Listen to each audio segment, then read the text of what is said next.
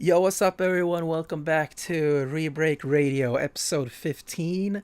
I'm Dennis, and I'm joined today by my friend and uh, co Kind of, game maker, Oskar. yeah.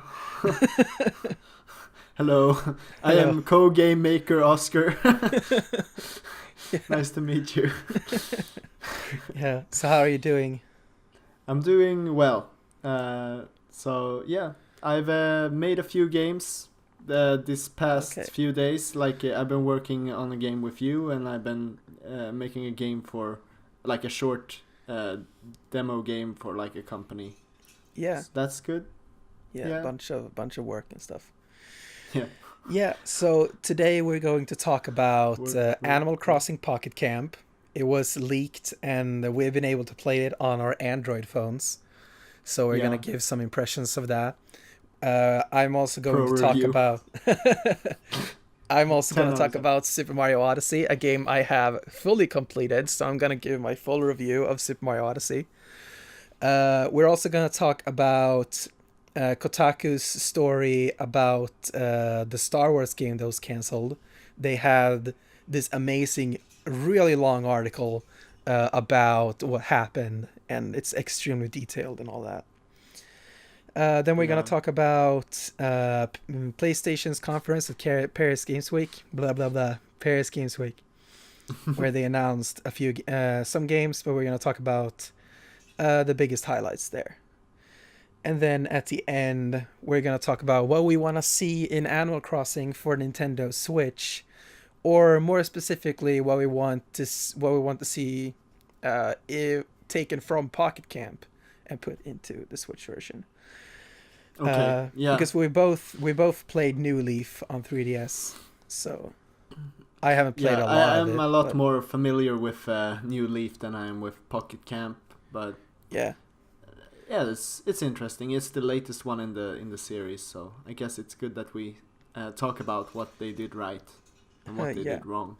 yeah, exactly. So yeah, let's head straight into Pocket Camp, Animal Crossing Pocket Camp. It's a mobile game. It was announced very recently, and they released it in Australia for beta testing. Hmm. But because they released it in Australia, that means it's now everywhere because it's the internet.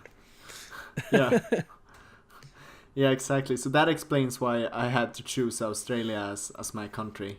Yeah, exactly. Yeah, A lot of mobile game developers likes to use Australia for game testing, so that's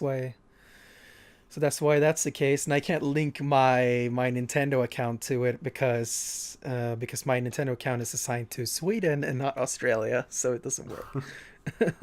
yeah. Yeah, exactly. I'm, as we mentioned earlier, I mean, you've played New Leaf and I played New Leaf as well. So, Yeah, I so it's haven't played interesting to see I haven't played a this lot new of it, mobile but game. I'm like I would say I'm like familiar with the Animal Crossing series. Yeah, I you're a Yeah. MLG Pro expert gamer. I'm Yeah, familiar with what you do in pretty much all the stages of the game, but I haven't really played it myself. If that makes any sense. I played like a few hours of New Leaf, yeah. and a few hours of Pocket Camp here. So what's your history with Animal Crossing? I have played New Leaf. That's pretty much it. I played maybe 10 hours or so. I think that's pretty much enough to understand what it's all about. Yeah, yeah, and Yeah, also because we are in so deeply in the Nintendo atmosphere of the internet. I think if you're in that kind of bubble, yeah, you know kind of what Animal Crossing is anyway. So that's true. You're yeah, exposed to it. yeah, Yeah, so I guess our impressions about this mobile game. We should yeah, talk about it. Yeah. yeah. So I watched the Nintendo Direct that they showed about Pocket Camp, Hmm. and you haven't seen it, I assume. No, I haven't seen Yeah, I didn't ask you to see it, so it. um, but yeah, basically, like they just kind of went through the entire game and showed what it was about. Mm. But yeah, I thought immediately I was surprised about how deep the game is. I Yeah. did not at all expect such a full-fledged Animal Crossing game. Obviously, it's smaller because it's set in a campsite and all that. Mm. But I expected something more like Animal Crossing Happy Home Designer, where you just design houses or something like that. Yeah. I did Yeah, not because expect it's a such a mobile yeah game. It's they could have just like, we're trying this thing to see if people care, and yeah then they made like, they could have just made like, you can decorate a house, and then they would have been done with it. But this is like, you have a map and you can go to different locations, and there's seems to be a lot of items, and I mean, yeah, it seems to have a lot of depth to it. yeah exactly. So what do you think about just the game itself? Like, what are your Yes. impressions of it? So I basically only finished the tutorial, but I think I gotta say, graphics. If you talk about graphics, it looks really good. It looks Yeah, definitely. like New It's Leaf but better, yeah, basically. it's basically a new Leaf with a higher resolution. Yeah, and the using the touchpad to like the touchscreen to walk is great. It works really well. Yeah, it works surprisingly well actually. Um, Yeah. you just kind of point your finger in the direction you want to walk, a little bit like the DS Zelda games actually. Yeah. It's really something that other games should also try to consider using, because I mean, this is not an action game. It doesn't, you don't have to dodge like bullets coming at you, but it's still nice. It feels really natural Yeah, it with feels the good game. to play. And Yeah. just the fact that you touch whatever you want to walk to, and the character will walk over there, and you interact with it, and all that stuff. It feels Mm. good to play, and it runs pretty well for being in a beta. Mm. Um, so let's Yeah. yeah What did you think? Yeah. What were you going to say? how do you feel like the game is? Do you think the game succeeds at bringing the Animal Crossing experience to a mobile device? Yes, I think it does, because you can like talk to villagers and invite them to your camp and so. Yeah, something that, actually I'm gonna hit on this right now. Something that I actually really appreciate about this game is that uh, it is a lot more obvious, I would say. Mm. It's in a regular Animal Crossing. If you want a specific villager to leave your town, you Mm. have to like dig up his lawn and like hit him in the head with a net or whatever for an extended period of time until they leave. But in He's this like, game, can't take the shit. in this game, when you want one villager to leave, you just ask them to leave and they will leave. Yeah, that makes sense. You don't have to murder them. Yeah, and you also have like this friendship level with every character. Yeah. And I'm not I'm not a fan of RPG elements, but I think Yeah. this it works in this game because it's not it's not substituting skill. It's substituting something that's um too hard to tell anyway, if that makes sense. Yeah, it makes sense. And I mean, like in Fable, it's, you have like this indication of how bad or good you are, and it's like a number. You're like 68 good or something. Like, I think there's something like that in the first Fable, maybe. I Yeah. personally think this is pretty. I mean, it's like level 1. Does it continue to like level 2 and level 3 or something? How many levels are there? I'm currently at level 17, so With, is that like your overall level, or is that your relationship level with someone? that's my overall level. But Okay. the friendship level, I think it goes pretty high. I mean, I can't see really a reason. I have not played as much as you have done on in this mobile game, but I can't really find a reason to have like level up in over in Animal Crossing. Yeah. I Yeah, think it seems kind of bad. Yeah, I have to say, like, the overall level system is something that I'm not a fan of. But like the friendship level is fine. But like the overall friendship level, or no, the overall level in the game, Mm. basically all it does is gate items from you. Mm. Which I feel like I've always said, like, instead of gating items away from you with a leveling system, Mm. use the currency in the game to gate things out of you. Make things more expensive so you have to get more money to buy the late game stuff, so to say, because Yeah. and I think that's a better way to use the Uh, actual game this is systems. this is kind of the same with friendship. I thought that just by seeing that there is actually a friendship level between two characters, it makes me feel pretty bad because I know that the only way I'm probably gonna level up that friendship is by doing like chores for the person. It's Yeah. like get me 5 apples, and I don't really like that. I mean, I would much rather have it not be like grinding to have friendship, or more like maybe event based stuff, that you have an event that happens and you do this and then you're automatically like friend level or something, and So then you can become what kind something of more like very good friend. what would that what would that event be? Maybe they like uh,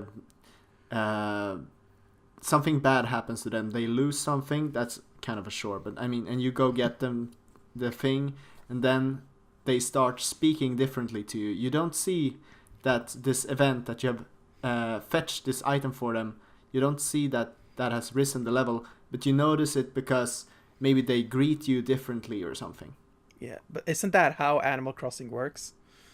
Usually, yeah, Yeah.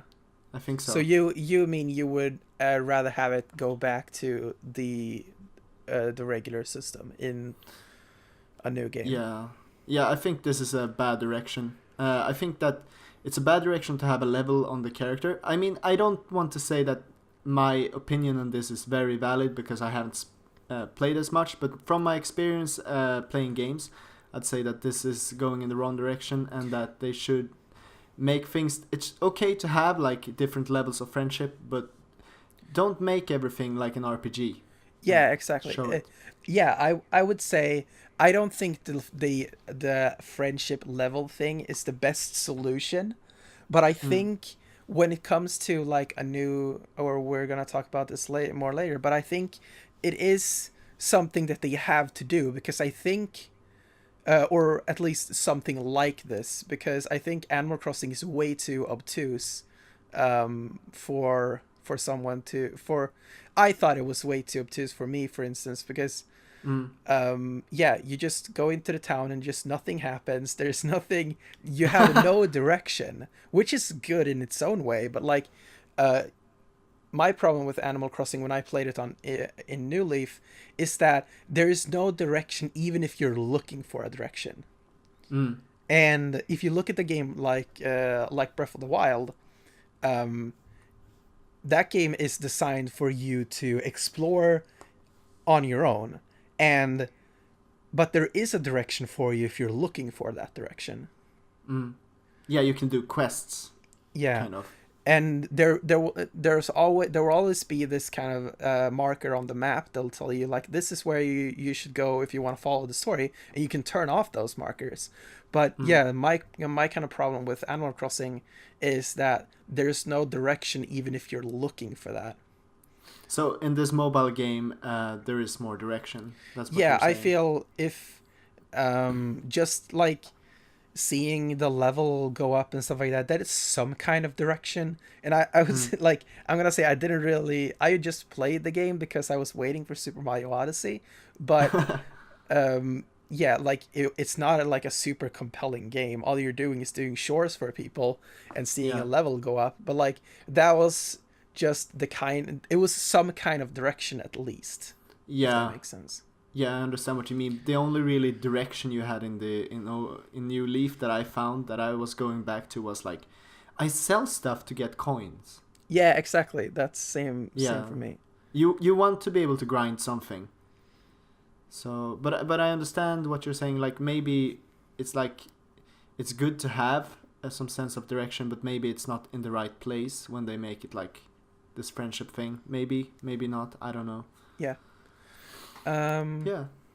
But yeah, so for when this game comes out later in late November, when it's scheduled to actually come out, do you recommend people download the game and try it?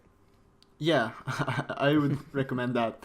I think the tutorial that was in the game we downloaded was a bit long, but if they can get through it, I think it's worth it because it's not overly.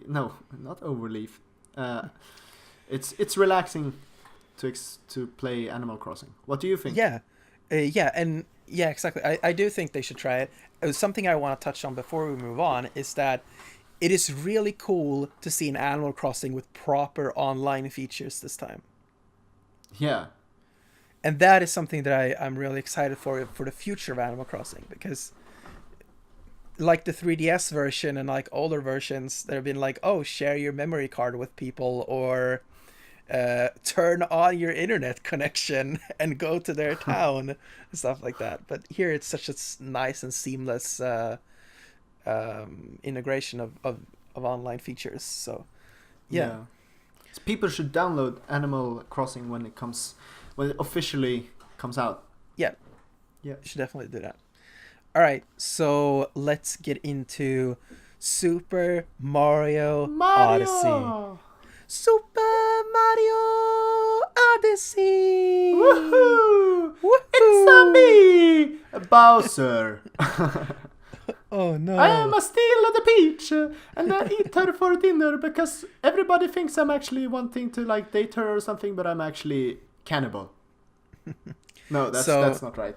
So you still don't have a Switch, which means you still haven't played Odyssey. You still haven't played Breath of the Wild. No, yeah, that's all of those things are correct. But yeah, I have played all of Super Mario Odyssey. I have completed all of Super Mario Odyssey. It took me pretty much literally a week to do that. So that's like 40 hours or something. Yeah. I started at midnight on Thursday, like just when it passed over to Friday the 27th, because I had it preloaded and all that. So I was able to just play exactly when it just turned over to the new day. So, and I started playing it. I played it probably like 6 hours. So yeah, my schedule was just fucked right there. But yeah, then I just kept playing like all week, and I finished it 10 minutes before midnight on Thursday the next week. So it took me pretty much literally a week to finish the game. Were you like speed running at the end? You were like, I gotta look at these guides to find the last moon. I wasn't. Or were you no, taking your sweet time? I took my time, definitely. I did. There are a lot of ways you can get hints for moons in Super Mario Odyssey, where you can like ask.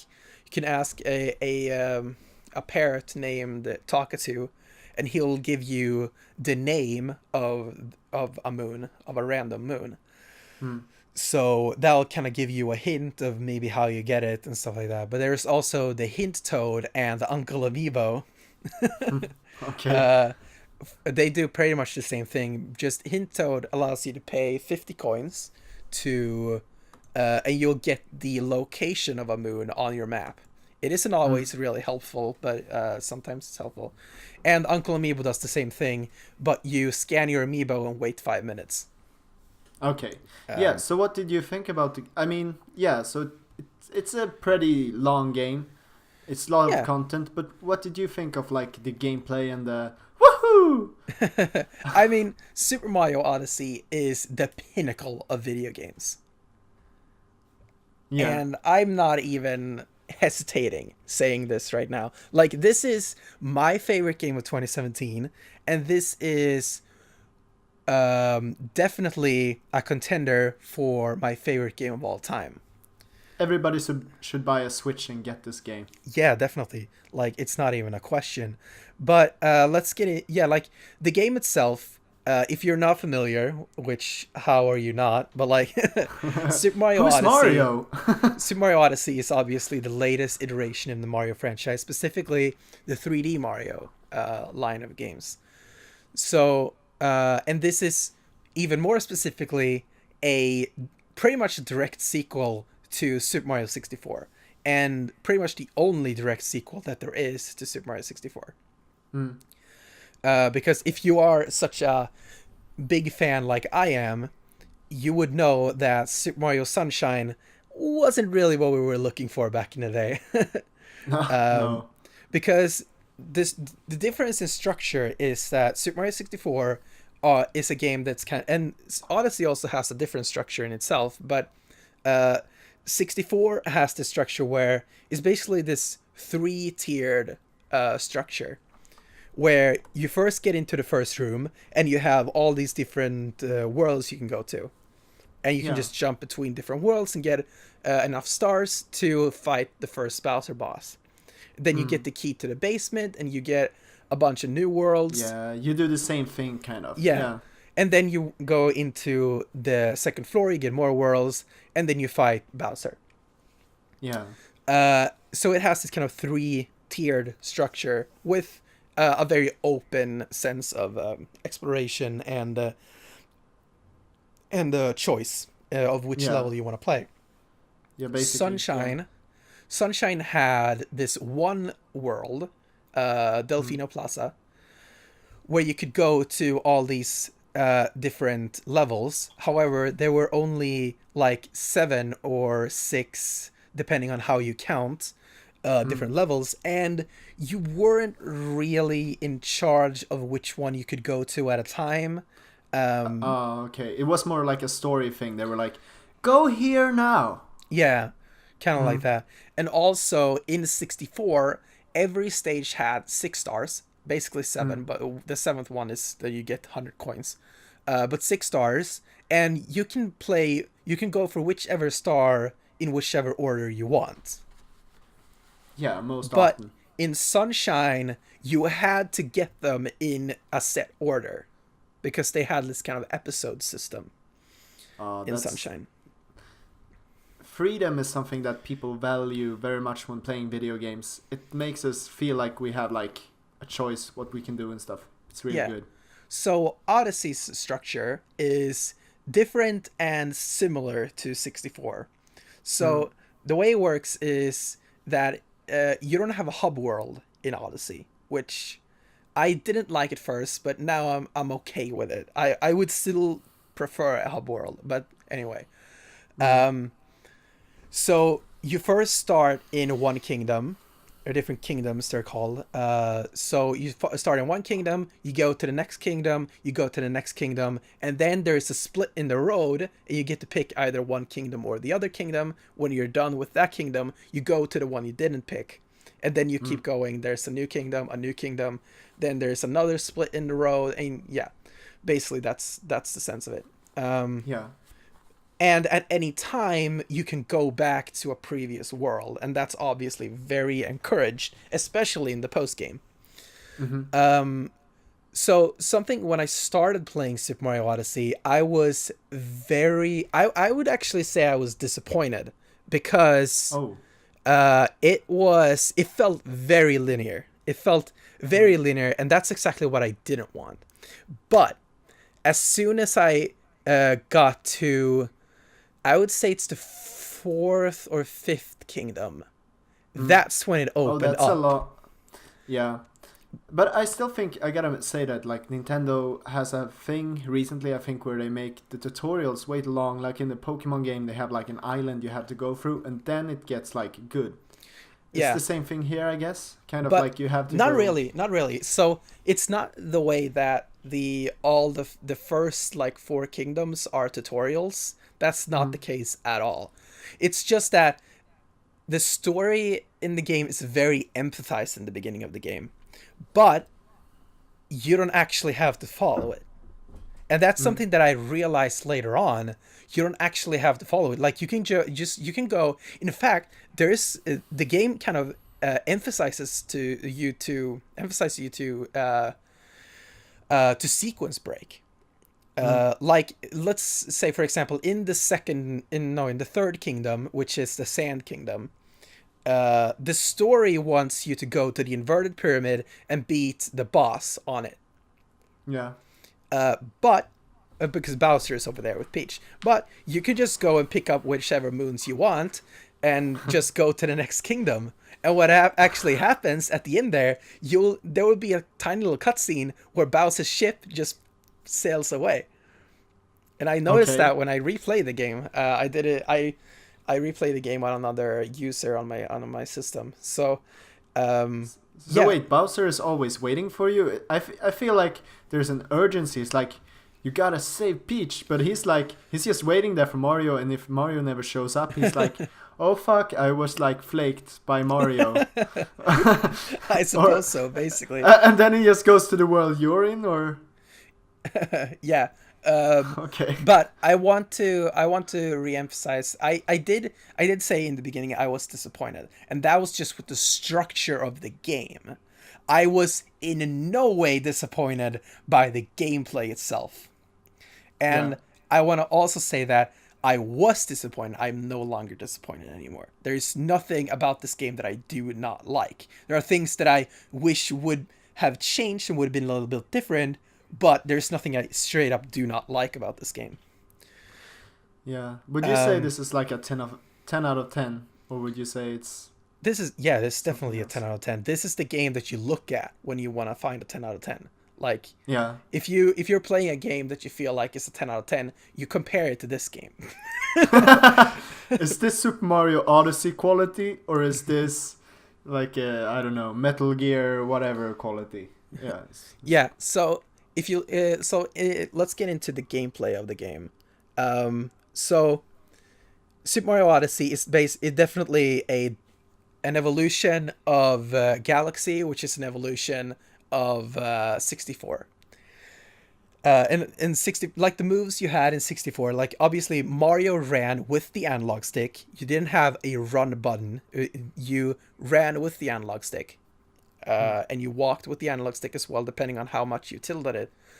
But then you could jump, you could triple jump, you had the long jump, you had the backward somersault, and you had the side somersault.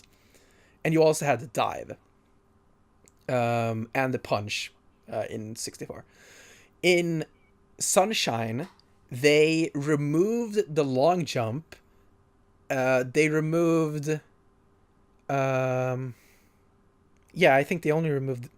They removed the long jump and the backward somersault. Because you couldn't crouch in Sunshine. But they added the spin and the spin jump. Are we talking about Super Mario Galaxy now? No, this is Sunshine. Okay, yeah. But in Galaxy, they brought back the crouch, so you could long jump again. They added the spin, but they removed the spin from Sunshine. In Sunshine, you could just spin the stick around in circles, and he'd just make this kind of spin, and then if you jumped, you'd make the spin jump. But in Sunshine, in Galaxy, they removed that. And but how's Odyssey? Yeah, and I'm gonna get to Odyssey soon.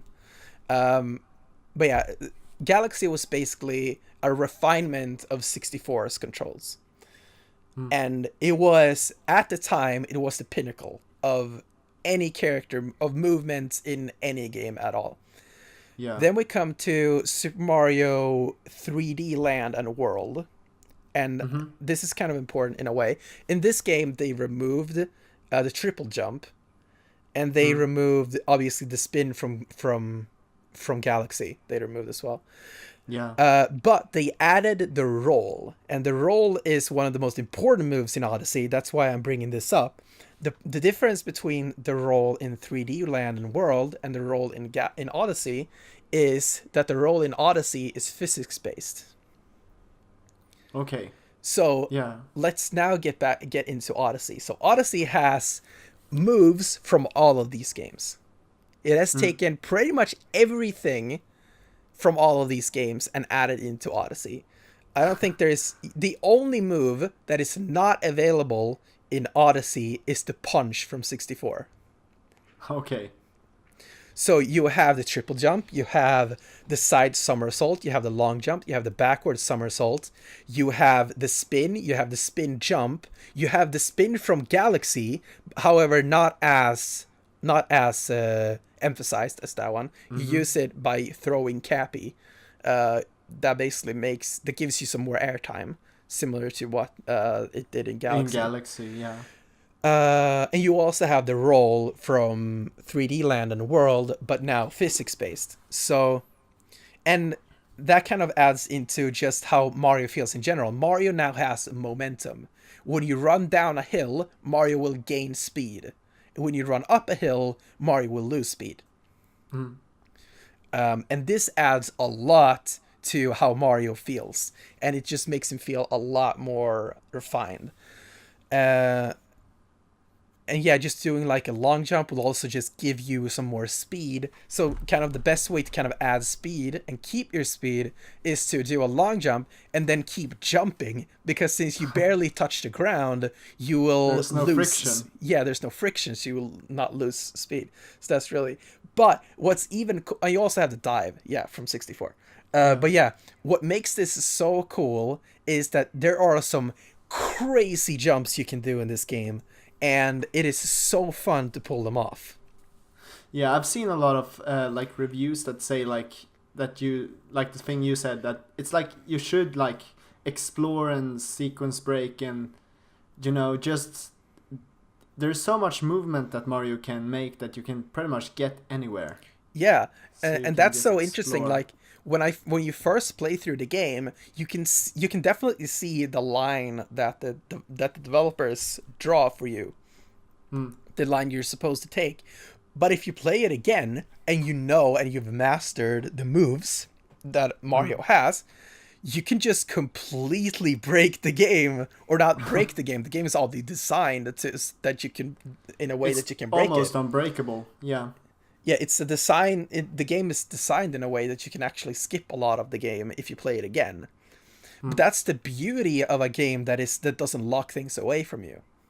Yeah. That's how these games are so encourages speedrun. exploration instead of like hindering it and forcing you to go one path, and that is something that is really good. Yeah, and that's why like Super Mario 64 and other Mario games are so speedrunnable in a way, right? Because you have all of the features in the game from the beginning. That's kind of also and why that's I why don't we come like. back to them.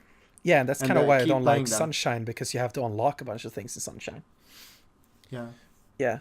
And that's also something that makes a game feel like a chore. Like when you don't have choice and you feel like you're forced to do something. I mean, you don't want to do something that somebody tells you to do. You want to do something because you feel like it. Yeah. Yeah. But yeah, I also really like the story in Odyssey, and I think you should, if you are even remotely interested in playing this game, which you should be, you should actually avoid spoilers for this game. Because there are a lot of really cool moments that just made me feel so great. There's a lot of cool nostalgia moments if you played games like 64 and Galaxy. But at the same time, it's not pandering like the Sonic games. We're like, look, it's Green Hill Zone again, right, guys? And everyone's like, please stop. That's not the case. That's good. Yeah, I guess it's in a better way. Yeah. Yeah. But yeah, the game is like all about surprising you. The game is all about twisting what you think you know about Mario. And yeah, You get a bunch of weird ideas. It's like Mario is actually a transvestite. He's actually a woman from the beginning. No, but I mean, yeah. Yeah, there are so many cool things about Mario Odyssey that yeah, you should definitely play it. If you have a Switch, go get it right now if you don't have it already. And get Breath of the Wild at the same time. But yeah, basically the best way you can describe Mario Odyssey is that it is a game that is impossible to play without having a dumb grin on your face all the time. Nice. It's just a pure bundle of joy. Okay. Yeah. I guess that's a good review. It's a game. You should buy it. It's 10 out of 10. It's really like it's gonna be pretty much the golden standard, or what Yeah, call it is. This is a game. Years. Like right now, we're seeing a bunch of 3D platformers, right? Like Ukulele and A Hat in Time, and some other 3D platformers that really harken back to the games like Banjo-Kazooie and Super Mario 64, the games of that era and the GameCube era. But I think the 3D platformers that we're gonna see from now on are really gonna take from Odyssey. Yeah, I hope so. I mean, that would be great. Yeah. That's basically my review of Odyssey. You should play it. You have to play this game. This is the moment you get a Switch. This is the game you buy. Yeah. All right, so let's get into the next topic of conversation. So, last episode, we talked about EA closing Visceral Games and their a bit ambitious Star Wars game that was supposed to be a bit like Uncharted. And a couple of, I think, it was like probably like last week or something like that. I don't remember exactly. But Jason Schreier from Kotaku, who is basically the only one doing actual real games journalism. This is why you should support him at Kotaku. And a lot of people hate on Kotaku for doing, and I mean, I don't really know exactly what everyone there does, but Jason Schreier is really, he's the reason games journalism is still around. Basically, after EA shut down Visceral Games, Jason Schreier went out and talked to over 20 people who either worked at Visceral or were closely related to the project itself. And basically from all of these people, he was able to piece together the entire story of what happened. And this is on the level of this is a story on the level of Kojima leaving Konami. Like this story is worth the exact same amount that would be if anyone were to dig up that story. And also a very related story, which is Amy Hennig leaving, being kicked out from Naughty Dog, which is also a story that he dug up, by the way. Like, this guy is so amazing in the gaming industry. He's doing so much good work. But yeah, basically what happened was that, unlike what the entire internet said, and I think including us even, is that everyone thought that EA closed this game because it was a single player game. And that was not the case. And this article shows that on multiple levels. This game was closed not because it was a single player game, but because it was a disaster. This game did not come together at any point in development. That's sad. Yeah. But I guess it happens. It's not easy to make a game, especially when you're making a AAA game. Everything has to piece together. Yeah.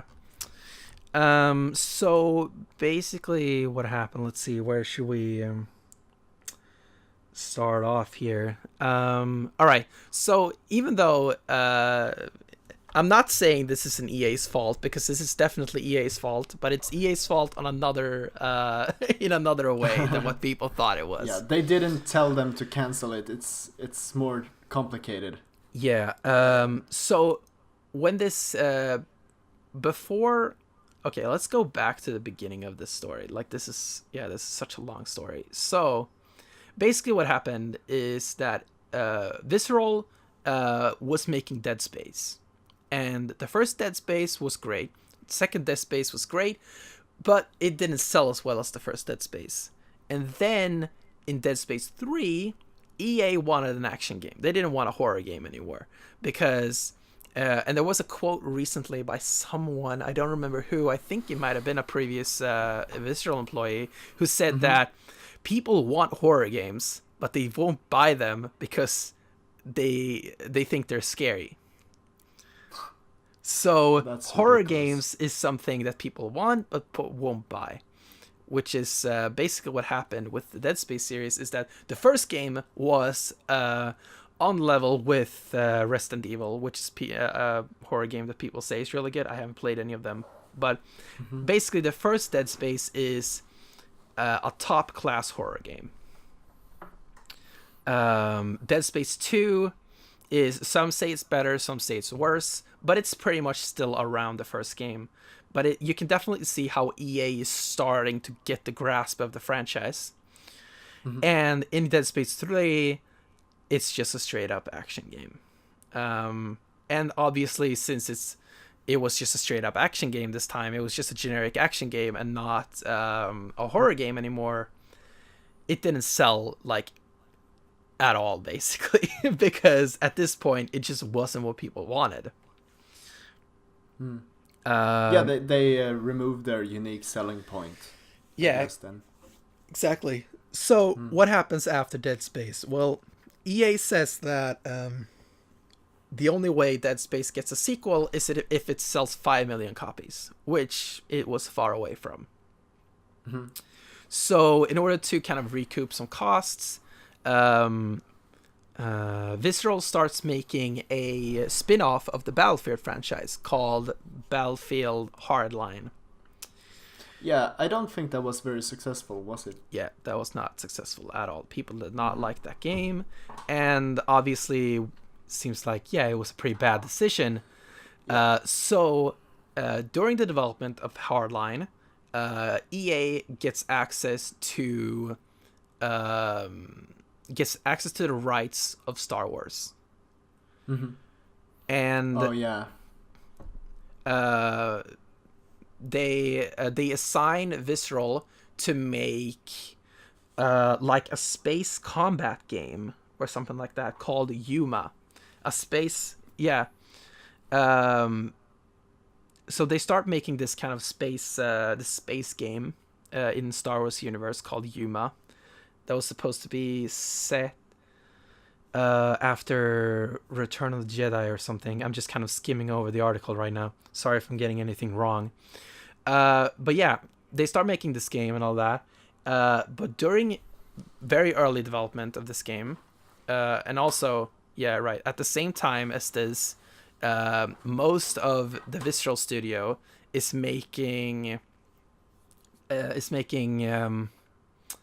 DLC for Hardline, or making Hardline. So yeah, they were making Hardline, and then when they're done with Hardline, they start making DLC for Hardline, and that's the majority of the studio. So they have this small team working on this game called that has the code name Yuma. And then, as we all know, as we talked about last week or last episode, in April 2014, Amy Hennig is removed from Naughty Dog.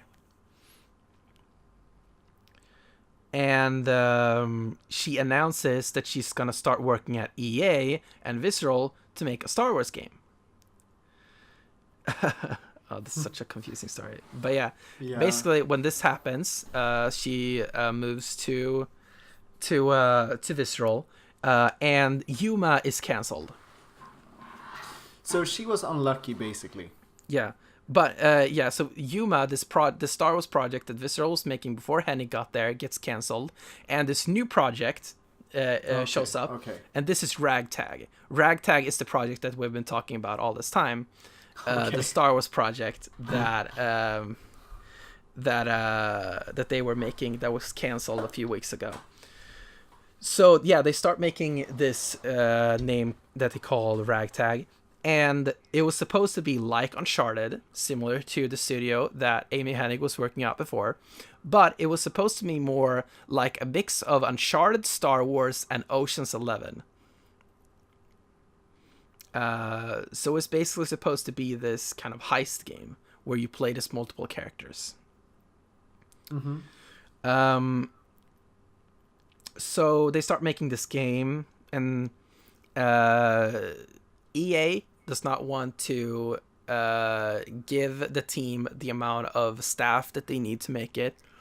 EA forces them to make a multiplayer component to the game, and EA assigns the majority of the team to make DLC for Battlefield Hardline instead of making this game called Ragtag. And yeah, you can see the theme here. EA wants an Uncharted quality game, and also EA wants an Uncharted 4 quality game, because Uncharted 4 is either on the way or has come out during the development of this game. And this is Uncharted 4 is obviously like one of the pinnacle of the gaming industry, and EA wants a game like that. But EA is not willing to give the budget, the resources, or the time required to build a game of the same quality as Uncharted 4. They want a game with Uncharted 4 quality from a studio who hasn't even made an Uncharted 1 yet. So with technology, they are being forced to use Frostbite, an engine that is made for first-person shooters, to make a game that is an action-adventure third-person shooter. And this does just not work at all. And if you haven't understood this at this point, this is a project just showering in problems.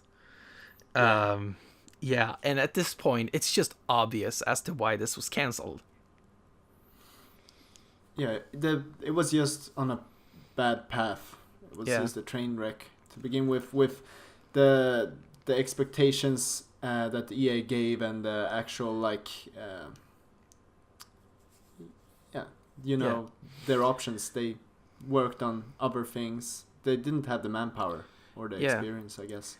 And when you thought this couldn't get any worse, it obviously gets even worse. So to begin with, Visceral was located in San Francisco, one of the most expensive cities in the entire world. So obviously, to have someone hired at Visceral is more expensive than pretty much any place in the world, because it's set in San Francisco, a place that it's extremely expensive to live in. So EA decides to start a studio in Canada, specifically Vancouver, I believe. That the majority of the development team is going to work there, because in Canada it's way cheaper to live, and the government and the government even gives you bonuses for developing games in Canada.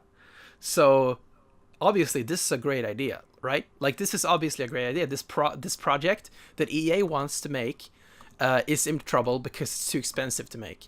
So let's obviously move the team to a studio in Canada where it's cheaper to live, right? Like, it's a great idea. Let's just state the fact here. I mean, that means that several people have to move to Canada, basically. Yeah. So the idea was that they were gonna start the studio. Pretty sucky. Yeah, the idea was they were going to start the studio, and they call it EA Motive. This studio still exists, but we're going to get to what they're actually doing right now. So they start the studio called EA Motive, and this is where the main force of Ragtag was supposed to be, and the core of the team were supposed to work at Visceral in San Francisco. So they keep doing this. They start building up this team, EA Motive. And what happens at the end of 2015, when EA Motive is almost done, is that Battlefront, the first Star Wars Battlefront, comes out, and it sells like hotcakes. And what is the main request that people have for Battlefront? Something that even John Boyega, the star of Star Wars The Force Awakens, everyone asks for a single-player campaign. And since this game is selling extremely well, EA Motive's new motive, or new the new thing that they're gonna do, they're no longer gonna support Visceral in making Ragtag. Instead, they're gonna make an entirely separate single player campaign for Star Wars Battlefront 2. So this means that the workforce that were supposed to work on Ragtag is no longer supposed to work on Ragtag. Yeah, this is kind of like a military effort where you want to like invade Russia, and then you focus all of your troops in like different parts of like I don't know, Europe, and you like only have like 2 men still standing on the border and trying to invade Russia. You can't really expect that to go well. Yeah. And obviously, like the work ethic and just the morale at Visceral wasn't doing well at all. The people who were working on the Hardline DLC, they felt like they were like the lowly mortals who had to work on the Hardline DLC, while everyone who got to work on the Star Wars project, they were like gods and like, wow, I wish I could work on this project, which obviously builds this structure or this morale in the studio, which is not good at all for your game. Yeah. Where some people are completely loathing other people on the studio. Yeah, it's human nature. Yeah. It's jealousy, and it's like status is something that we like. It's just an illusion, basically. But people see that Star Wars is like super popular, and Hardline is like, it's not a game that sold well, so it's like, yeah. I understand how that can happen. Yeah. Yeah, let's Yeah, should we move on? Yeah, I'm just gonna finish this up. So what happens? Why does it get canceled in the end? Well, basically the way game development works at EA is that they have these different points in development that they call, let's see, I think it was, where is it? Anyway, they have these like points in development where they basically show the game to the executives at EA. They call them gates. So they have like gate 1, gate 2, gate 3, and gate 4. Maybe they have more gates, I don't know. But yeah, so gate 1 goes pretty well, gate 2 goes pretty well, and then you come to gate 3 at when was gate 3? I think it was sometime during 2017. And they show off the game, and they're not really it's not really doing well, obviously, because of all the problems that are happening. Yeah. So basically they got like, they just said stop this, or like this is not good enough. No, actually what they said was that they got this new gate. They called it gate 3.5, where, okay, you're gonna fix all these problems until gate 3.5. When gate 3.5 happens, and gate 3. There is the specific date in the article. I'm trying to find it. The exact date where 3.5 was. I don't think it really matters. But it was in October. It was this October. It was a month ago. Gate 3.5 was, or like September or something like that.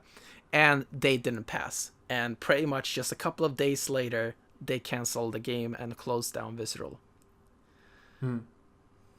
Yeah, it seems like the right choice. I mean, that's what you have to do. Business is business. Yeah. Oh, yeah. Gate 3 was in April 2017, and Gate 3.5 was in October. If you want more detail than this, you have to read the article yourself. Yeah. I think you've explained everything in like super much detail anyway, so you basically went through the whole article. So, yeah, we kind of have to talk about it too instead of just going through the article. So how do you think this could have been, how do you think this situation could have gone differently? Obviously there were so many mistakes happening all the way through, but let's say gate 3.5 happens. What happened? And EA says like, okay, we're gonna close Visceral and shut down this and refocus this game. What could have happened instead? What do you think would have been a possible other reality that it could have happened to this game? I mean, I think that the problems weren't with Gate 3.5. I think the problems went way back, and I think that basically it would have been probably a miracle if they fixed the issues if they were so primal. I mean, but if they would have fixed the issues, I would have hoped it would become a good game, I guess. Yeah. Yeah, like as you said, like the problems in this project were so deeply integrated into the core of it. I don't think we could have expected to get, even if they like succeeded in 3.5, we still probably wouldn't have gotten like Uncharted 4, anything near Uncharted 4 quality. Yeah. Yeah, like that's the thing too. This game would have been an Uncharted 1. At the best case, it would have been Uncharted 1 and not Uncharted 4, and that was not what EA was looking for. And obviously EA was not wouldn't have given them the time or resources to actually make Uncharted 4. But I think one of the most interesting things with this is that this was not really publicly made. Like, it wasn't like officially stated that this is what happened. This is someone had to actually talk to the employees, and the employees had to use, like, they had to be anonymous to not get like fired for the rest of the life. To be able to get this information out there, I think this is something that probably should have been more. I mean, at least when they canceled the game, they should have like stated this themselves. Yeah. The fact that the story is so complete shows the passion behind the developers that actually wanted to make this game. Because just unlike any project, no one would have gone. Like, there are over 20 people willing to risk their careers to tell this story. That's insane. That is completely crazy. Yeah, but I mean, it really shows how people were like maybe a bit pissed off and disappointed in the outcome of this project. And for a long time, I mean, it's like you said, they were probably like, there seemed to have been disputes within the project, like jealousy and like, I mean, like, it wasn't stable. Yeah, there were problems within the company. There were problems between the company and EA, and it's so many things, like just such small things like moving to, like, starting something else in Canada. It's like, I get it, it's a good choice, but maybe that also like had some implications on the workers. They felt like, oh no, now somebody else is getting our responsibilities, they're really just dropping us here in San Francisco. And it's so many things. I mean, it really shows that if you want to make something good, you have to have a good social environment. Yeah, definitely. And actually, another interesting fact that was kind of casually broken out in this story is that it seems like EA canceled Plants vs. Zombies Garden Warfare 3 because the studio that is taking up Ragtag now and making it into this games of service game is the studio that was making the Plants vs. Zombies games. Ah, I see. Yeah, so that was interesting as well. But yeah, that's basically the story. Yeah. And I think this became a bit longer than we expected, but I think we should. Yeah, unfortunate end to that story. But yeah, let's move on to the next story here, which is PlayStation's press conference at Paris Games Week. And before this, we watched all of the most important, that I would say, trailers that was shown here. So they showed Sucker Punch's new game, and if you're not familiar with Sucker Punch, they are basically one of Sony's top tier developers. I would call Sucker Punch Sony's number 2 to Naughty Dog. That is like one of their biggest studios, and they announced their new game called Ghost of Tsushima. Yeah. And it is a game set in feudal Japan. where the story is basically that, yeah, it's set in kind of the war or whatever of Tsushima, which was set, yeah, in the 1400s, and that was kind of like an invasion of Mongolia. Yeah, Mongolia invading Japan, and that's kind of where this is set. And yeah, it looks super cool. It's a beautiful game. Yeah, that's the first thing you notice with the game, that most games usually have Western appearances, like especially Western the trees games are Western trees. Like in this, you can see bamboo, and it just feels like really like you're in Japan. I mean, I have never been in Japan, but it's like it feels like something unique and new.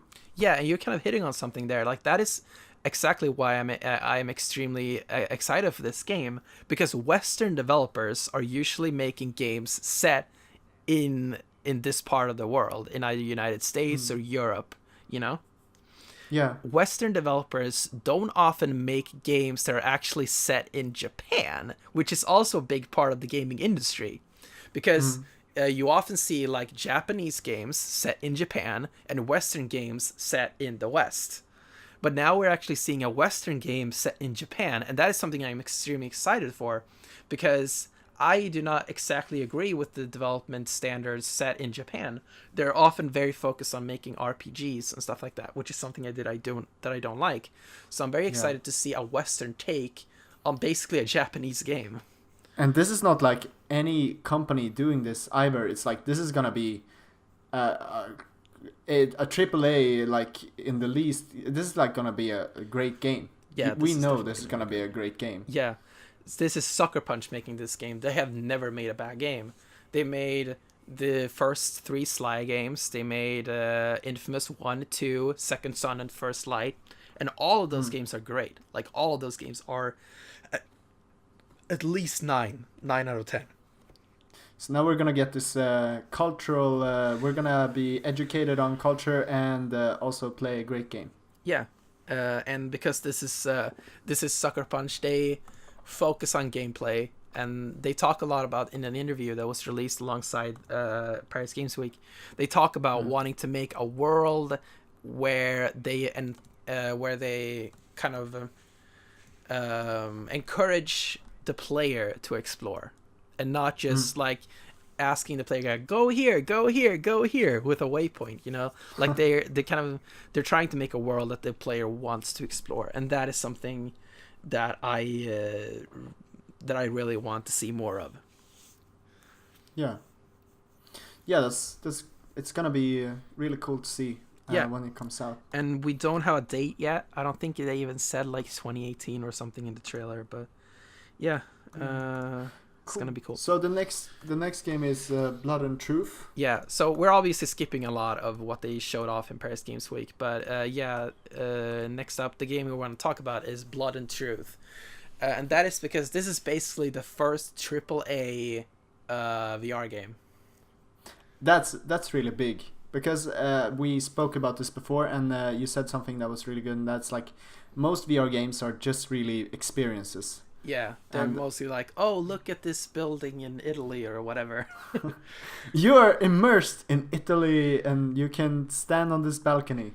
Yeah. Yeah. And this is really the start of actual game development for VR, like AAA. This is why it's very, very exciting.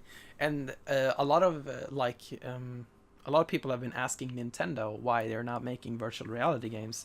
And the main thing they've said is that it's all just experiences. There's no gameplay there, or like they're not just fun. And this is the first real step in that direction.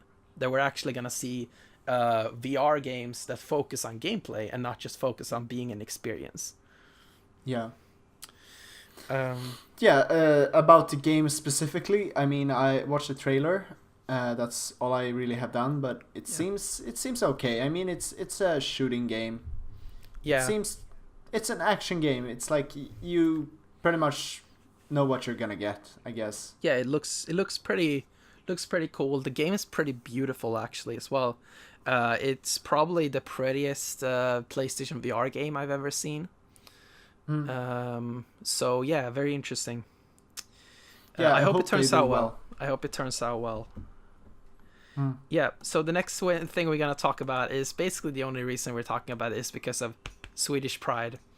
Invector, which is kind of it's a game similar to Amplitude and Guitar Hero and stuff like that. But Du gamla, du fria, du fel höga nord. Förlåt. Okay. But yeah, basically we can cut that later. Yeah. But yeah, it's starring Avicii, which is a big, probably the biggest Swedish musician. Yeah, I think he was the world's biggest. At least a few years ago, he was probably the biggest artist in the world. Yeah, he's definitely one of them. So yeah, this is very exciting.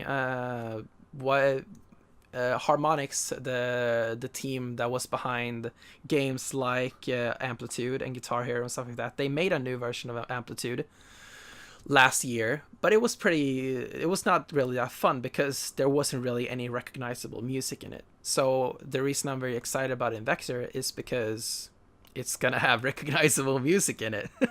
And yeah, it looks like pretty cool gameplay as well. Yeah, I mean, I think this is gonna be really fun. It just looks fun. It's I mean, we like music. People like music. Mostly I like music. Yeah. And it's just like rhythm is something that we really have in our blood. It's like, sure, I mean, people have been like using instruments and stuff for way back in the time.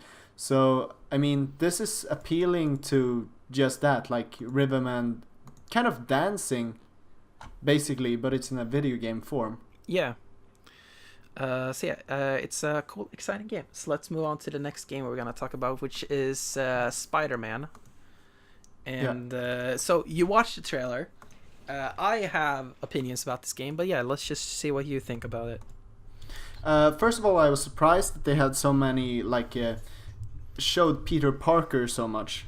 Because I suspect that in the game, at least what I'm thinking when I'm thinking a Spider-Man game, is like, you're probably not going to play as Peter Parker, you're going to play as Peter Parker as Spider-Man. Yeah, and that's what's kind of interesting about this game, because I think there's going to actually be a lot, you're actually going to play as Peter Parker a lot in the game.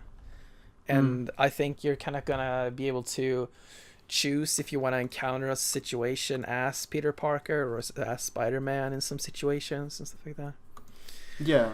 But yeah, I think it's going to do great for the story narrative, like pushing the story forward. Yeah. Or like immersing you more in the story.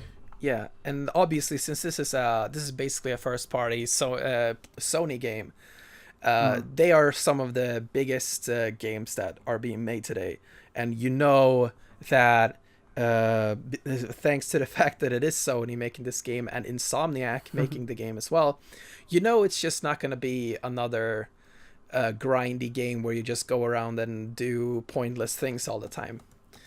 Yeah. But my biggest problem with the game is that it really looks like QuickTime Event the game, and that is what I'm very scared about. There's probably going to be a lot of QuickTime events. We already know there's going to be QuickTime events. Yeah. But also anyone that has seen trailers from this game know that it also looks like very fun.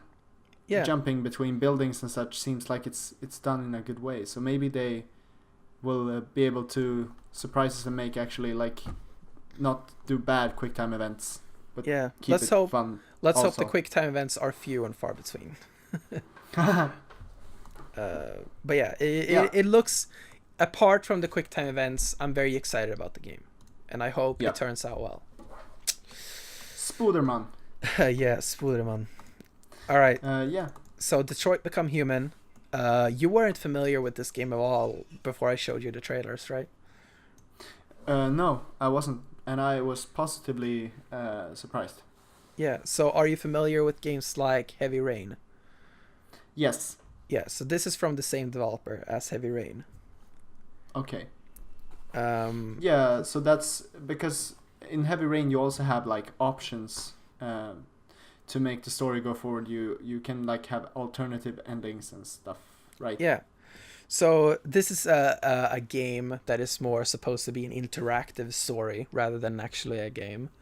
And I think at that point it's actually okay to have a game that is mostly just button presses and quick time events, because they're not really trying to make a game. It's more about having an interactive story, because it's kind of hard to do that anyway when it comes to live action. Yeah, definitely. That's very interesting. It's definitely like hard to do a mix of them, but it's easy to do one or the other. Yeah. So this game and or actually let's get to this later. So are you excited about Detroit? Yeah. After seeing this trailer, I think it was like a very it seemed to be a very interesting story, and I like when you can like fuck up and it actually has consequences. Yeah. Like they can have in this game, because when you fuck up in other games, it's like you're immortal and Superman, so it doesn't matter. But in this game, it seems like, yeah, you got this ending. You basically got killed. Yeah, that what sucks. is cool about it is that your character can actually die. And that character will actually be omitted from the story because it's he or she is dead. So yeah, it's really cool. All right, so next up, Shadow of the Colossus, the Shadow of the Colossus remake. Yeah, what do you think of this one? I'm excited for it. I've never played Shadow of the Colossus, so I'm excited to check it out and actually play it for once. Because a lot of people have been talking about it. I watched Game Grumps playthrough of Shadow of Colossus, and yeah, it's definitely seems like a pretty cool game. So I'm excited to play this remake of it. Yeah, I think it looked cool. Also, I mean, the graphics are amazing. Yeah. The Colossal. I saw a fight with a Colossal. It was cool. Yeah. Yeah. Yeah, there's not a lot we can say about it, but yeah, it looks very beautiful, and I hope it's not as clunky as the original game. Okay. I think we can probably say more about this last game, and you're probably more like familiar. Yeah, so here is now Last of Us Part 2. This was the trailer that they ended the entire conference with, and they didn't show the logo at the beginning, so... And because they have Days Gone and they have Last of Us Part 2, two games that are set in a post-apocalyptic world with very, very beautiful graphics. So in the beginning, everyone's like, is this Days Gone or Last of Us Part 2? And no one really knew which either way it was until the clickers show up in the like the final frames of the trailer. Yeah. I was certain it was Days Gone, actually. I didn't think it was Last of Us until the clickers showed up. But yeah, so what is very interesting about this trailer is that there isn't really any connection to Ellie or Joel from the first Last of Us game. And yeah, there are some speculations online. But yeah, it seems like these are completely new characters.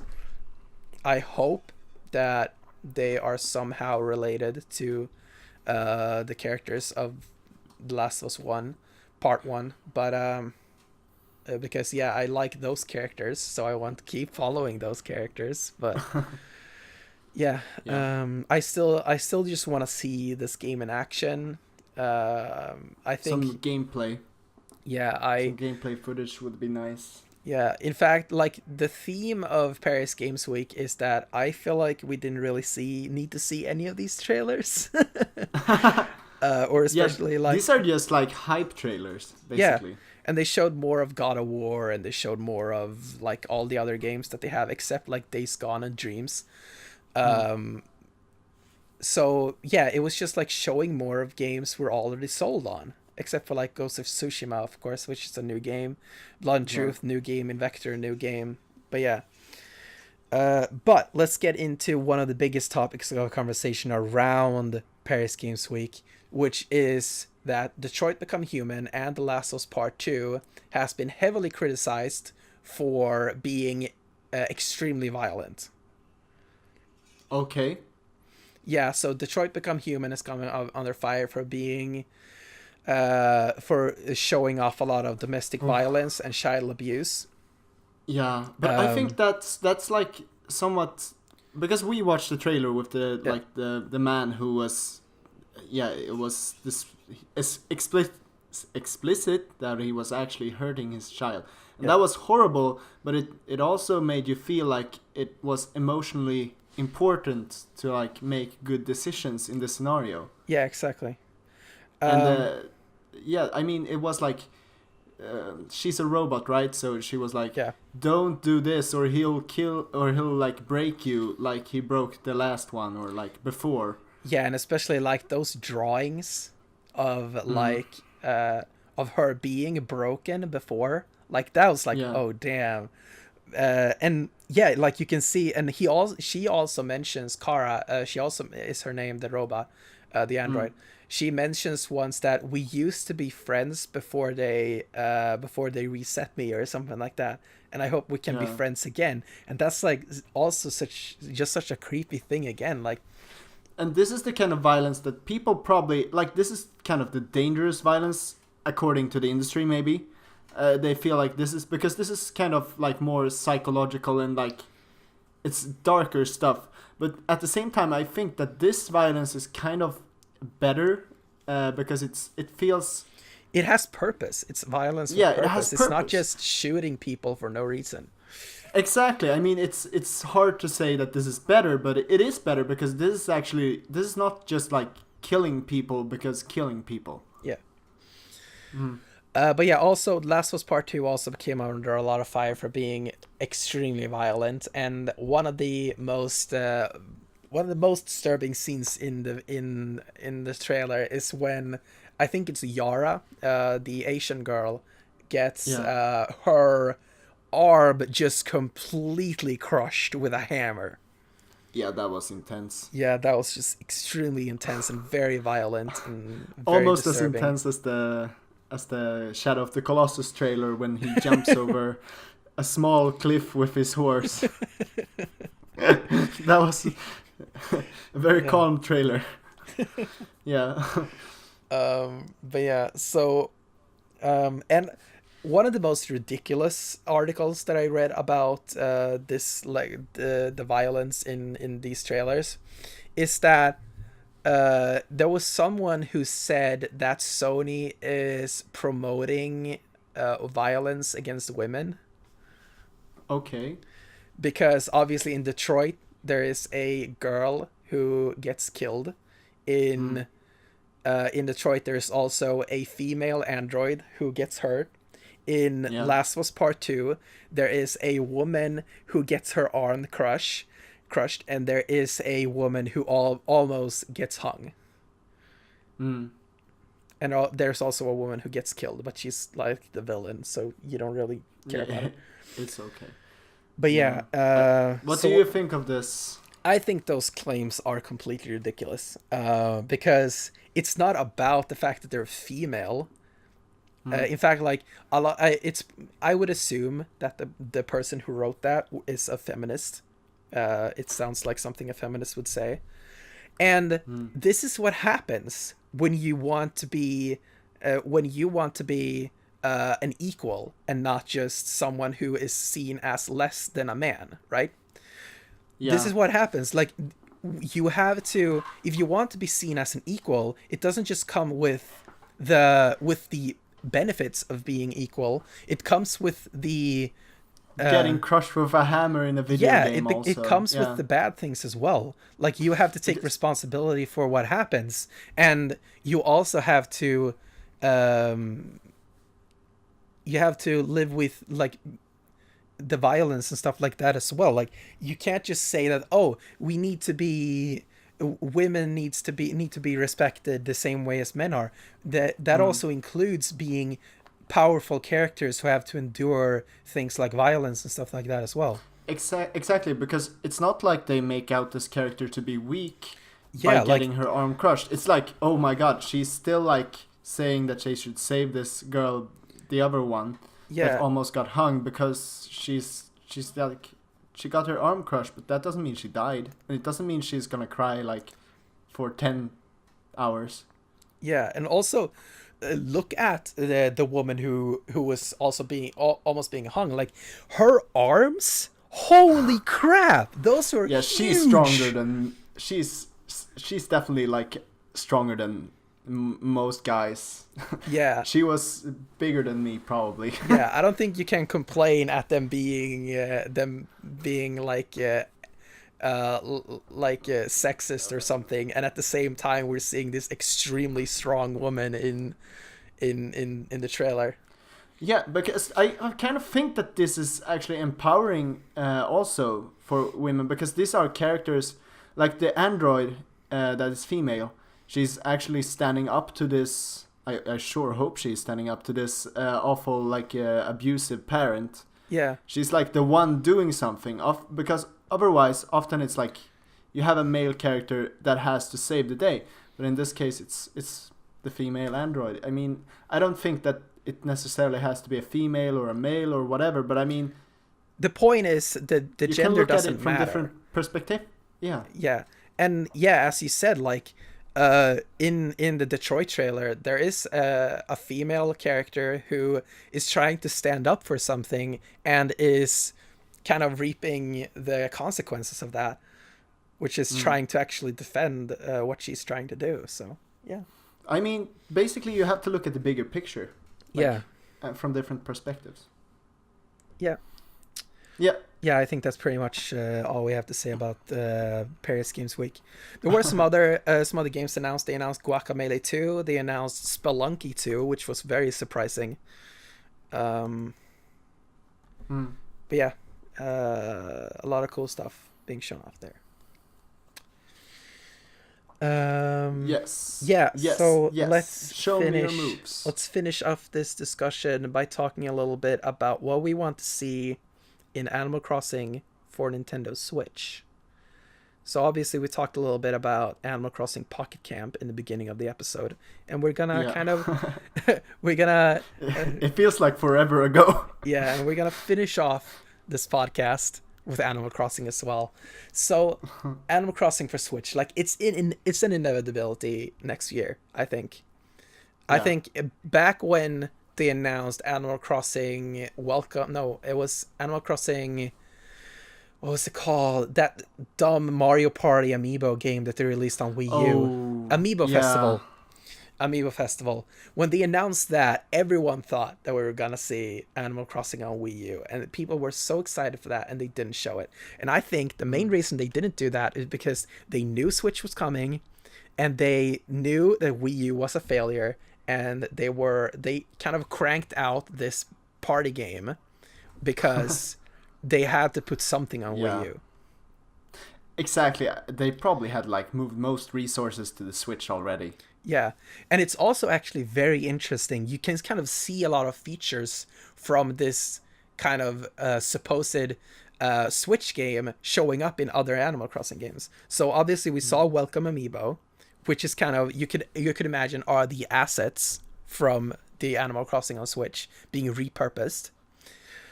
And then we saw Animal Crossing Happy Home Designer, a game fully about decorating houses, which I would assume are the mechanics that they are going to use in the new Animal Crossing game for decorating your house, that they kind of extracted from the game and made a full game about.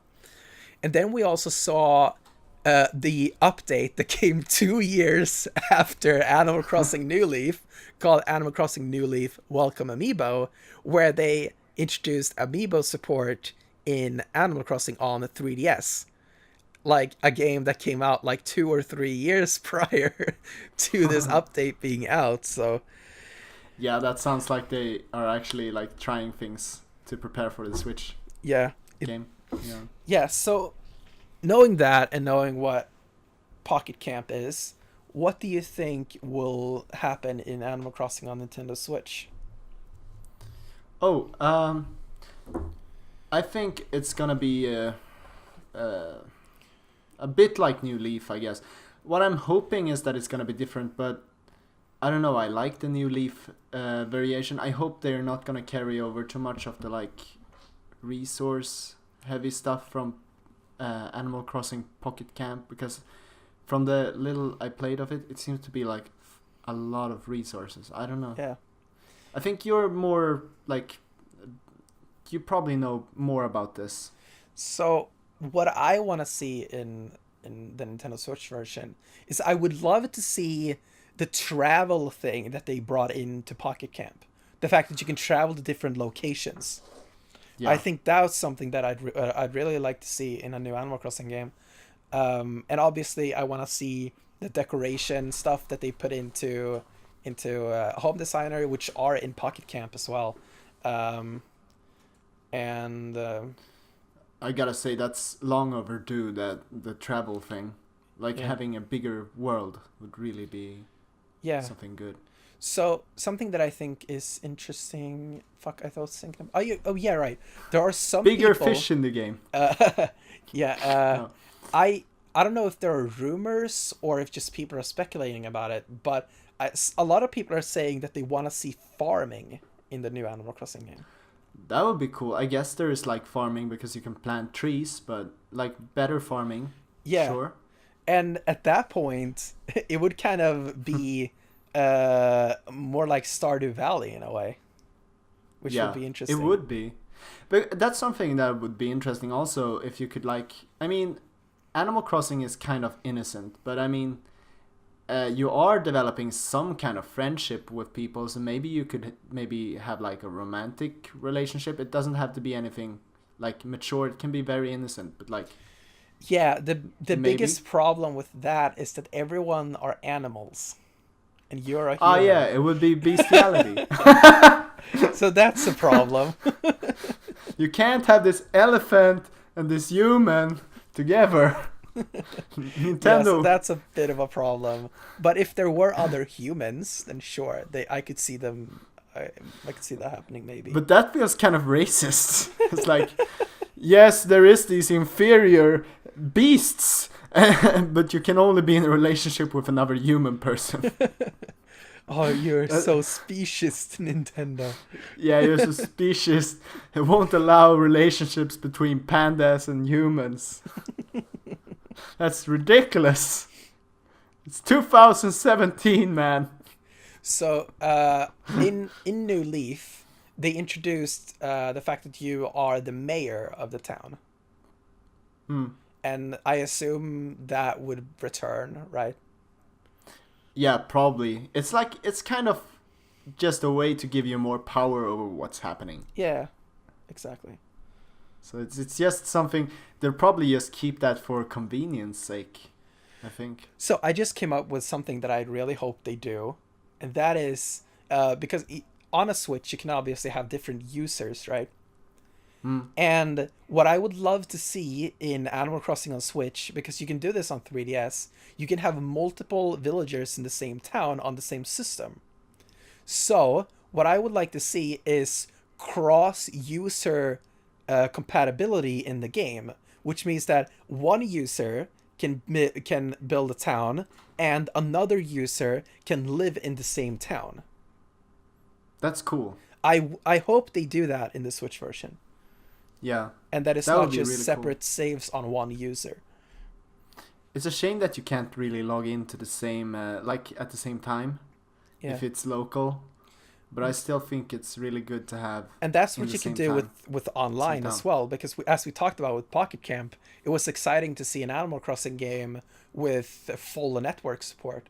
So what I would really like to see is a more seamless, like maybe we could have, I could build a town and you can move into my town and you can actually live in my town and not just visit it, you know? Yeah, I think there's like, this is one of the main components that makes great games great. I think the most obvious one is probably like challenge and just like gameplay, thinking it's like you, oh my god, I just beat this game, I'm so good and I am so cool. But another that is almost as important is like social things. And that sounds lame, but it's like humans are social beings, so we like to like play Minecraft together and build stuff together and stuff. Yeah, actually, something that I would really like to see is a completely seamless online town where, let's say, we are like 10 friends who all play Animal Crossing on Switch, and we all live in the same town, and like maybe just what, like I could imagine like everyone just playing independently. We're not really saying like, okay, let's play at this time, but instead you're just kind of starting up your game and start playing, and then you just kind of, oh hi, you know? Hello. Yeah, and you can also Yeah. have like proximity voice chat and stuff like that as well. I think that would be pretty Mm. cool. So you just kind of run into your friends in the town. I think that would be pretty cool. Yeah, that would be amazing. And yeah, that would be like, and then you wouldn't have to do everything yourself. It would be like you're part of something bigger. Yeah, maybe you could live in the same house and like, okay, can you do the chores? You do all the boring stuff. I I'm go on gonna go build a adventure. fountain. Yeah. If you give me 10 stone and 5 water, I'll build a fountain. You just go do all the stuff. Get all the stuff. Yeah, so I think there's a lot of potential for a potential for an upcoming Switch game, Animal Crossing game. 2018? Yeah, I would definitely think it's coming out next year. So, like, if you look at the year of 2018 for Nintendo Switch, Hmm. the games that we know are coming out are Kirby Star Yeah. Allies. We know Yoshi is coming out. It still doesn't have a title, but it's just Yoshi at this point. We know Hmm. Fire Emblem is coming out. Oh, Yeah, okay, it cool. was announced back in the like original presentation that Fire Emblem was coming out in 2018. And it's not Warriors. No, it's or Warriors came out last month. Oh, right. Yeah, so it's Okay. just a new real a new real Fire Emblem game. I am Um, probably gonna buy that, I think. and yeah, I'm probably gonna buy two. But yeah, and we also, I think some people are speculating that Pokemon is coming out next year, but it could also be coming Hmm. out in 2019. I think it's coming out in 2018 though. That kind of depends on when they started development of the game. Let's be honest, it's probably coming out in November 2018 because yeah, they seem to have been doing this yearly thing Yeah, recently. yeah, and that's the main reason why I think it's coming out in 2018. And also, Mm. like, if we look at Pokemon Ultra Sun and Ultra Moon, Mm. that's probably like a very small team working on that game, right? Yeah, they probably that probably went much quicker than making the original game. I mean, Yeah, they already had most assets. and even like, I think we talked about this, but like back like just even like before Sun and Moon came out, I think they announced that Mm. or like on where they're hiring people, it said like they're looking for people with experience with like PlayStation 3, 360, Wii U, and Vita development. So everything they hadn't announced Switch. Was that what you said? Yeah, so that's basically, Yeah. oh, we're looking for people Can who can work on a Switch. can you do most consoles? Are you like good at this? Yeah, and Yeah. specifically not PS4 and Xbox One quality either. It's PS3 360 quality. Oh, that's true. Yeah. Mm. So, yeah, I think they started development on this like back around Sun and Moon. Let's hope we find uh, are we talking about Animal Crossing or Pokemon now? We're just talking about 2018 for Switch. Yeah, I think definitely we're gonna see. I hope Pokemon and Animal Crossing, and as you said, they probably already worked on this before even announcing the Switch, Yeah. or at least had some like plans for it. Yeah. And yeah, and with the Animal Crossing on Switch, like that's definitely coming next year, because it's pretty obvious that they were probably working on a Wii U version of Animal Crossing that was moved to Switch because of problems. Complications. Yeah. Yeah. And then yeah, more about Switch in 2018. We also know that Pikmin 4 is a thing that never came out on Wii U. Oh, so that was what the 4 was about in the E3 trailer. No, no, that's Metroid. Yeah. Yeah, Metroid Prime 4. Yeah. Um, Oh, okay. So we're gonna get Pikmin 4 also. I would assume we're getting Pikmin 4 this year. Or 2018, I mean. And I also think we're getting Smash Bros in 2018. Yeah, I hope so. Yeah, 2018 could be a pretty packed year. Yeah, it's probably gonna be a great year for Nintendo. Yeah. I sure hope so. I mean, it could be really bad. Maybe they doesn't announce anything. It's like it's only Kirby and Yoshi, and it's like sucks. But I would like to think otherwise. Yeah, Fire Emblem gets pushed to 2019. Pikmin 4 is just dead. And they're already working on a new console. So in 2018 they say, oh, we're releasing this for the Switch U instead.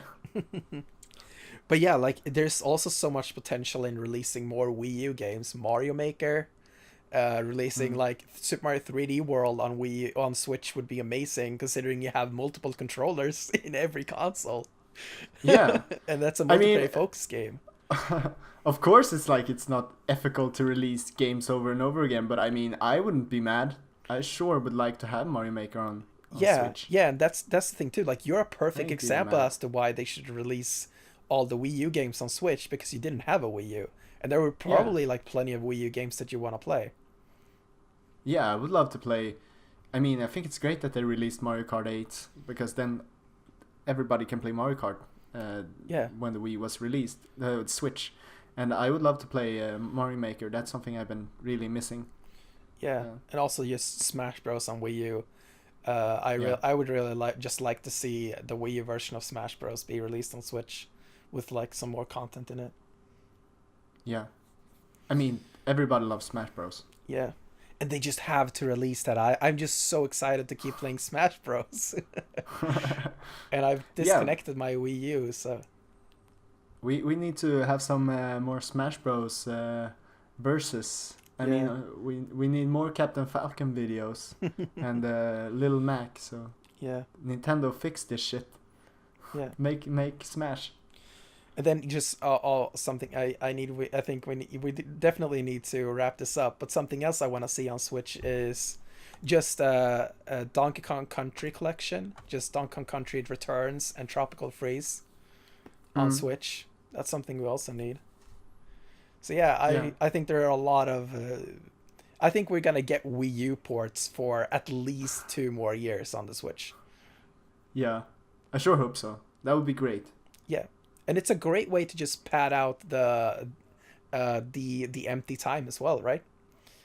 Yeah. Like if you look at the Switch in 2017, we got Zelda, then we got Mario Kart, and then we got ARMS, Splatoon, then we got Pokken Tournament, and then we got Mario Odyssey and Fire Emblem Warriors, and now we're getting Xenoblade Chronicles. So yeah, it's definitely like a really good way to just kind of, there's no game this month, so let's port a Wii U game and put it out in that time. So yeah, Nintendo has an opportunity here. Definitely. So yeah, I think that's pretty much it for this episode. 1 hour and 40 minutes again. Still, I think we used to do 2-hour episodes or something. So we're definitely still lower the amount we're of working time. on it. Yeah. But yeah, that's pretty much it. Let's see. Yeah, you can follow me on Twitter at Dennis_Lofgren. You can follow the channel on Twitter at Rebreak Radio. Oskar doesn't have Twitter, or well, he has Twitter, but he doesn't use it. I'm not active. When I get a YouTube channel or something that I actually are trying to develop, then maybe we can do some commercial for that. But right now, follow this channel and subscribe. Wouldn't it be a better idea if you made videos on this channel? Probably. Yeah, like and subscribe. And subscribe, and maybe one day you'll see Oskar making videos about Pokemon Volt. Yeah, exactly. Yeah, maybe.